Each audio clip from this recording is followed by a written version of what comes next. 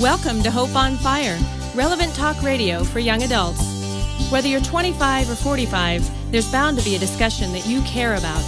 Our mission is to share practical ways to find God in your everyday life. And now today's host, Chris Lang.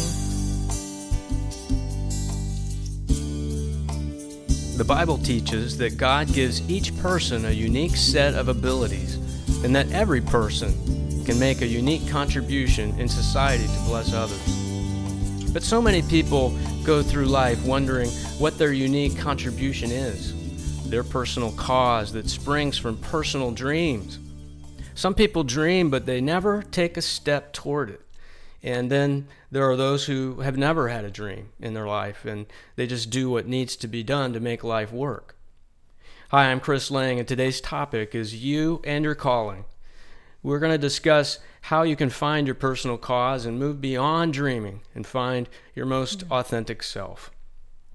My guests today involve some good friends of mine. Jack Lynady is a chiropractic physician here in the Orlando area. He's been a guest on a previous program called Realigning Your Soul. If you happen to live with chronic pain, you're going to want to watch this excellent program on our website at hopeonfire.org. Also with me today is no stranger to our Hope on Fire audience. Sabine Vatel joins us today. She's presently serving as associate pastor at Forest Lake Seventh-day Adventist Church, also located right here in the Orlando area. Welcome, folks. Glad to be Thank you. here. Good to be here. It is exciting to do this program with you today. I am telling you what. I've had the privilege of doing a program in the past with you, Sabine, Yes. On finding your true vocation. Yes. This was amazing. I was getting myself adjusted at Dr. Jack's office a few weeks ago, and while we were sharing, it's like, Jack, you have a calling on your heart to do ministry and share what God's put on your heart, and this topic has had a particular passion for you, hasn't it? Yes. From an early age, I just always was interested in, hearing someone's story, kind of the journey that they, kind of went on. And it's kind of an older person, and you kind of see how. So we're older people today. Well, that's me. But, the decades of their life and how, this kind of thing led to that. And so that's kind of always been something I've been interested in. And then just right tied into that is, someone really discovering, what is it about them that's unique, or, that God's kind of gifted them with, and, how that actually kind of manifested over their life. And how their lives grew out of basically a sense of knowing what they were born to do. Yeah, and it's like this, there's these moments, and they kind of make up a tapestry of, their life, and it's just neat to see how, well, what if that didn't happen, then this might not happen. And so, and you really, kind of into the calling, you have to kind of walk with God and kind of, be open to discovering, what is it about you that is unique and that He kind of put you here to do. Well, and that's a nice summary for what we hope we can accomplish with God's blessing today. Sabine, you've had a passion for this. I've seen it in your eyes. I've seen the light, boo, come right out. What is it about your life that's kind of given you this particular interest in this area? The best way I can describe it is just a thirst to understand why I'm here and what God would want me to do. Is just and most people want to know about the meaning of life. I mean, it sounds so lofty, but truly, at some level, I think most people probably identify that I just want to have a meaning to why I'm here and the length of my life to make it count for something really important. Well, let's talk a little bit about how it gets started, because this idea of dreaming and having dreams. We talked before we started filming today, a little round robin on dreams and what value they have for us to go back and remember our childhoods. Tell me a little bit about your thoughts on dreaming and how, as a young adult, you can get value in starting there, going back, and then seeing what maybe God put on your heart as a young person. When I think about dreaming, I think there are some hints along the way of who you are and what God is calling you to be. And I know we've spoken of Joseph and his story, the dreamer. I mean, he's even called the dreamer, even if it's mockingly by his brothers. Right. But there's something to that at a very young age, he had a sense that God was calling him to do something else outside of his world. And I think dreams have a way of just helping us to align ourselves in our decision to what God is calling us to. So I think whether it be a dream awake or asleep, or just an idea, I think it comes to us really early on. What about you, Jack? I mean, do you see it dreams by themselves, or activities that you engage in that you remember as a kid that you enjoyed getting involved with? Yeah, I mean, it's funny that when you kind of think of dreaming, you go back to, you're young and you're dreaming I can fly and all these things, but there is something to it. It's almost as if there's something transcendent in a dream. It's like, well, there's more to my life. When I'm dreaming as a child, maybe I'm powerful, or I'm able to fly, whatever it might be. It's this sense of transcendence. And that doesn't leave childhood. I mean, we continue to have this kind of, I was made for more than maybe this place is. And, especially as a Christian, you do realize I am an image bearer of God, of Christ. And it's like, whoa, what does that mean? I mean, and then you talk about heaven and what it's going to be like there. And so that we're not quite there. And so we're in this kind of place right now, but there's something about you as a created child of God that's transcendent. So the dreaming, if you want to say that, or deep desire, or there's something significant about my life. I can't just accept that I'm just born and there's this life and then I die. There's got to be more going on here. And the fact that we're lingering on childhood is really interesting because some of us have grown up hearing about fairy tales and stories. Not all of us grew up with, Bible stories necessarily, but stories of people who are just transformed. There's no boundaries, really. I mean, you begin one way and then, you're Cinderella and then you're the princess. You're, again, a humble boy, I guess, who keeps sheep or something. And next thing you're second in command, Pharaoh. So I think there is something in us that aspire for more, for transformation and change. And I think we're created for much more. God has placed eternity within our hearts, and I think powerful. This speaks about that. That's from that longing. That's from Ecclesiastes, by the way. For those who are curious, if you're just waxing eloquent, Sabine, or quoting Ecclesiastes wax eloquent, but I'm quoting some famous person named Solomon. Right. But seriously, that's powerful. We sent out a survey to our Facebook group, and for those of you watching or listening on the radio today or watching on television, come to our website at hopeonfire.org, and there you can join. A link to our Facebook page or other social networks that we're a part of to join this conversation. And we sent out a survey recently, and we asked our Facebook crowd, do you believe that you know what you were born to do? And are you now living your calling? And interesting, over 50% of the people said no. They don't believe they know what they were born to do yet. That was striking, especially when I saw their response to the next question, which was, do you think it's important for a person to know what their calling is? 96%. Almost 100% said yes. Mm-hmm. Okay. So this is a dynamic kind of quandary a lot of people have, isn't it? Yeah. We know, and God put this something transcendent in us, this desire, to be more, to offer more, to just experience that and to give it to others, really.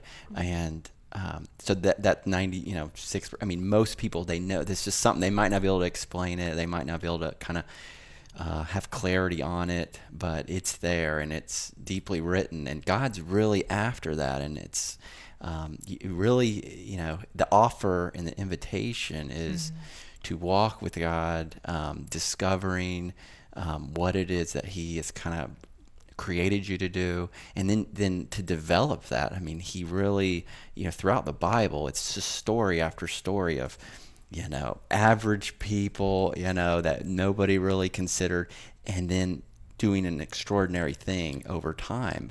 But the key is the Lord was with them, throughout.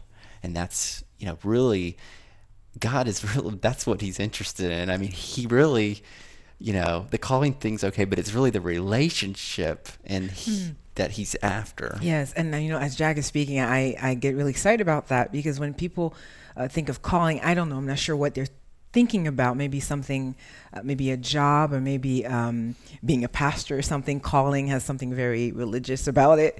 But I one of my favorite authors, and he writes a book called Let Your Life Speak. He talks about vocation, and a lot of us know about vocation comes from the word voice, hearing. And he makes the point that vocation, it's not a goal that you attain, but it's the voice you hear. And when you talk about relationship, it's about really being attuned to God's voice and walking alongside of him and getting to know the call giver, or the gift giver, in a sense. That's where it begins. I think what I'm hearing you say is, and this is kind of a takeaway again, we're going to come back to it time and time again, because it is the essence, I think, of understanding vocation is, and it sounds trite, but pursuing God helps you learn more, it helps you get more sensitized to the person he created you to be to begin with. So many people go around in life trying to figure it out and wearing false faces, false masks, and not really learning. So maybe today's topic is more about how much desire do you have to connect with your Maker, and from there, know that he hears your prayers. Do you care about knowing your calling? Our Facebook crowd says yes. Every single one of them says, absolutely. It's important to know. Yes. And so I loved this sense that I got when I was studying for this and seeing the results and saying, wow, another advantage of chasing after God. Yeah. It's not just about getting holy, which is what we're promised by Scripture. If you behold him, you're changed from glory to glory, as the Apostle Paul says. So there is this transition of changing your thought and your desires in your mind, which I think is fascinating when you read in Psalms chapter 37.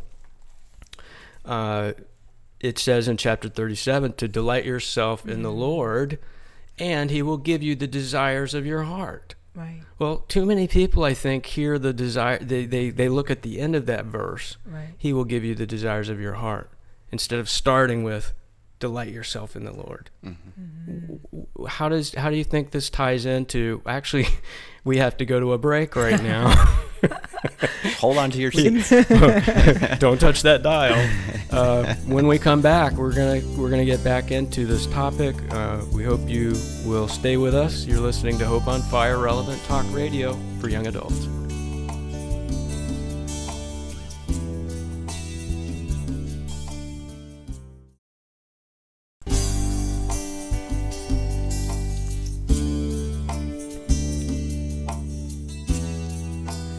Welcome back. I'm Chris Lang, your host on Hope on Fire, relevant talk radio for young adults. I'm here in the studio today with my guests. We're talking about you and your calling. Sabine Vatel and Jack Lynady, welcome back. Thank you. Thank you. It's good. It's a good conversation. This is a very, very interesting conversation. Yeah. We asked another question of our Facebook crowd. For those of you who believe you know what you were born to do, tell us how you believe you found your calling. How did you find out what it was? And we asked them, was it feedback from others, pastor, parents, friends, prayer, Bible study, or trial and error, jobs, ministries that you've been involved with? Almost 2/3 of the people who said yes, they knew what it was that they were born to do, said that all of the above. And a smaller portion, 20%, said through trial and error, and a couple of people said prayer or Bible study. So, again, the vast majority said it was a combination of things. Somebody's listening today, and And they might also consider this personal inventory of what are your abilities, what's your temperament like, your personality, your passions. What do you get excited about? Mm-hmm. What do you guys think about these areas that help people learn what it is? And for someone's listening today, they still don't know. Maybe they're part of that 50+% that don't know what they were born to do. You know, in my personal experience and experience in general, it's not one thing in that provides the answer. I think it's a combination of those things that you just actually listed, which are really good. And that should offer some hope to somebody listening, that it's not just this one formula that will produce the answer to how you find your calling. And it truly is a journey, and we're saying it's messy, oftentimes not quite linear. And that's actually a good thing in many ways. Well, that Christ himself called people and interacted with them in different ways. Right. When he called them to be his 12 apostles, each individual was dealt with in a little different way, weren't they? Yes, absolutely. There's a mystery to life, and I think important for the listeners to know is, if this all, is kind of making you anxious, that you haven't heard from God, you haven't, got the call of your life, and maybe you're not young, maybe you're in your 40s, you're still trying to figure it out. You 40s is still young. Yeah, I know. Yeah, Jack. But there's this pressure. Yeah, not that we would know, Sabine. But it's just, kind of to get off that pressure of, you ought to know by now. Right. And, you went to college and didn't you get trained to do this type of thing, and that's what you're supposed to do. That's not beneficial, number one. But God is saying, it's an invitation, walk with me, come. I want to show you some things about who I've made you to be. And it is messy, it's like he has to get in there, maybe dismantle some things, transform some things. Your character's important. I mean, if you're going to have a weighty life, and that's what your calling is the weight of who God has made you, and you're living it out. There's living a lot with of purpose. Living with purpose. There's a lot of character things that may need to be done as you walk with God to develop you to a point where you can handle, the powerful life that he wants to give you. He wants to actually live through you for the benefit of others. So you see it maybe as a sort of spiritual boot camp? Oh, wow. That's a great way of saying that. But it doesn't have to be that painful unless you enjoy boot camp. I know you're very fit. You probably enjoy the pain of the training. But for some of us, we're softies. But, it's as you were speaking, I remembered my favorite quote of all time, and I should have remembered it from the beginning. But it says, calling is where your deep gladness meets the world's deepest needs. And whatever makes you really deeply glad, not original to me, Frederick Buechner, he's a writer I really enjoy. He says that what makes you truly alive, but at the same time meets the world's deepest need, and where it converges becomes your calling. And I think it can be as simple as figuring out where are you the happiest. I mean, if you're never happy, well, that's perhaps another program. But I think it is as simple as finding out what do you enjoy, and if you're good at it, and if the community confirms that. And along those lines, I think of Proverbs. By the way, he's using a technical Bible today, high tech. Yes, it's on my phone here, iPhone actually. He's not checking his wife's text messages. No. Here. But in Proverbs 4:23, it says, "Above all else, guard your heart, for it is the wellspring of life." And that guarding your heart, I mean, above all else, guard this. It's gonna be a battle. In other words, it's not simply, God's gonna tell you what you need to do, and you're just gonna be, go about it, and it's all gonna work out. There's this bigger even story that, if we look at Matthew with the evil one comes to kill, steal, and destroy, but I've come to give you life. You got to remember John chapter 10. 10, there you go. Yeah. this doesn't come easily. In other words, if you see someone and they're walking in their calling, and I mean, that person has gone on a journey and they've had to fight for that. Now God is with them in that, and He's going to bring opportunity, but it's never this chosen few and they just get it, and it's real easy for them. There's definitely a process, and it really can be challenging. Yes, and at the same time, and indeed, you have to be deep. In other words, there needs to be a journey that goes through. But at the same time, we don't want to make it so complicated, and formulaic that people are. Is that it? Yeah, oftentimes that's it. It's not that. Well, and maybe they're worried that if they do find it's so simple. Maybe they're worried that if they do find it, it'll be too heavy to bear. You see, and Jesus said, "My burden is my yoke is easy." Right. Matthew 11:28 through 30. Come unto me, all you who labor and are heavy laden, and I will give you rest. Take my yoke upon you, for my yoke is easy and my burden is light. So for everyone listening, finding your true self is freedom. It's not. Yes. The devil wants us to miss this. I told in the break, I told everyone, before we started this half, that thinking about the uniqueness of your thumbprint helps me, simplifies in my mind. Yeah, that's right. Only one like it. The police use it to, stamp and track people. That must mean I'm a unique person. It sounds pretty cheesy, but goodness sakes, why would God take the effort to give everyone a different thumbprint, and think about how much more dynamic your brain and your personality and the uniquenesses that make you who you are. It's not about that. That's just the external skin. Isn't it where he says, I will give you a unique, a name with a white stone with your life, your soul, your spirit, be basically in a name, when we stand before the Father, and we're becoming that name. And I think that's kind of the whole, God is creating that name in us. And there's a permanence to that stone, when you're in the presence of God. But something you said, when you said about being your truest self, but it has to begin with God. And we don't want to, again, be cheesy, but really, when you think of Daniel chapter 4, when that king went crazy, I think he was looking at what he had accomplished, and then he lost his mind in the story of Nebuchadnezzar.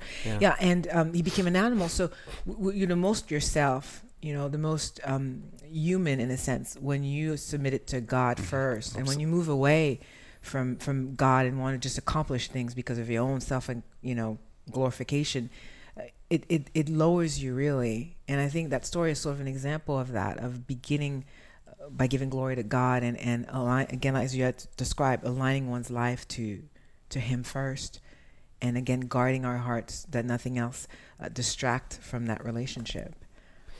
It is pursuing Him, helping us see the mirror clearly of who it is that we are through His eternal love that created you and made your heart beat. For those of in the minute or so we have left, help someone understand, talk about how this calling is not static. It keeps moving through life. Some people think once I find that, I'm gonna, it's like learning a formula, but isn't it a journey? Truly a journey? Absolutely. Yes, I think, I would say move away from thinking it's that one job, that one position, that one station in life, and you'll just get it. If you move away from ascribing it that way and thinking about rather that, as Jack was saying, is a relationship, and it's really the theme of your life, which will reoccur whatever position you hold. I hope it's not too esoteric, that it makes sense, but it's a theme that's going to come out. If you have healing is what you're into, it's going to show up, whether you become a parent or whether you become a doctor or a professor. And if you find what your calling is, or you believe that God's shown that to you through these various areas, doing personal inventory, maybe writing a personal mission statement, as David Benner in the book, The Gift of Being Yourself, recommended for someone who's maybe listening today who doesn't know what their calling is. But ultimately, that you accept the fact that it moves over time, doesn't it, Jack? Absolutely. It's an ever increasing journey. Your calling It's ever increasing as you walk with God. He brings more clarity into your life. He develops you more. He trains you more. He builds your character more. You become you would think you would become more proud in that, but you actually become more humble because you know it's not because of you. It's Him that's doing all the work. And it's actually Him that's just working through you. And so you just kind of settle into that place. And it is a light burden because you're not trying to make something happen. You're just walking with God, and He's doing what He wants through your life. Well, thank you all for being on the program today. There's so much more we could talk about, and if any of you are listening today wishing we would keep talking, we'll bring them back to the studio, and we'll do another part of this program. God bless you guys. There's always more. Yeah. I hope today you've seen another advantage of pursuing God. For the closer you get to Him, the more clearly you will know the person He made you to be. You can share this broadcast and any of our previous programs with your loved ones absolutely free. Just visit hopeonfire.org and click on the broadcasts link there.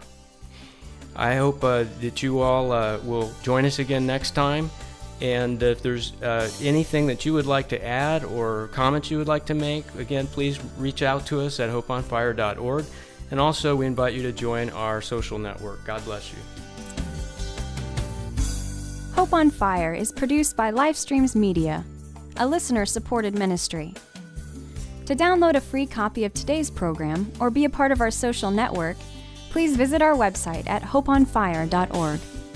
You may also contact us by writing to Livestreams Media, P.O. Box 608513, Orlando, Florida 32860, or online at hopeonfire.org. Thank you so much for your letters and continued support. Until next time, may God set your hope on fire.